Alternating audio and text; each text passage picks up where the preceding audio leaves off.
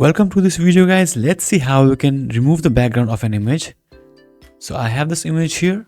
This is a cute dog, and let's see how we can remove this background quickly for free. First, open your browser and go to this URL. I'll have this URL in the description below. You can just click on it and bookmark it so that you can come to this later on easily.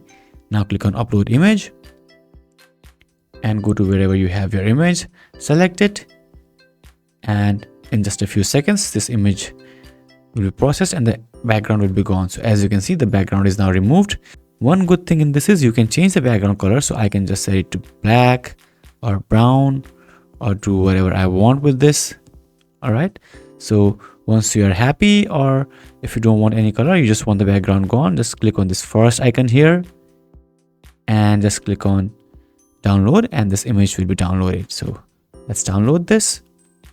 And if I open this now, after the download is complete, as you can see, the background is gone. So this is how you can quickly erase background from any image for free. And this is a free software. You can just remove the background from any number of images you want without paying. There are no limits. So this is how you can do it easily. If you have any questions, let me know in the comments below.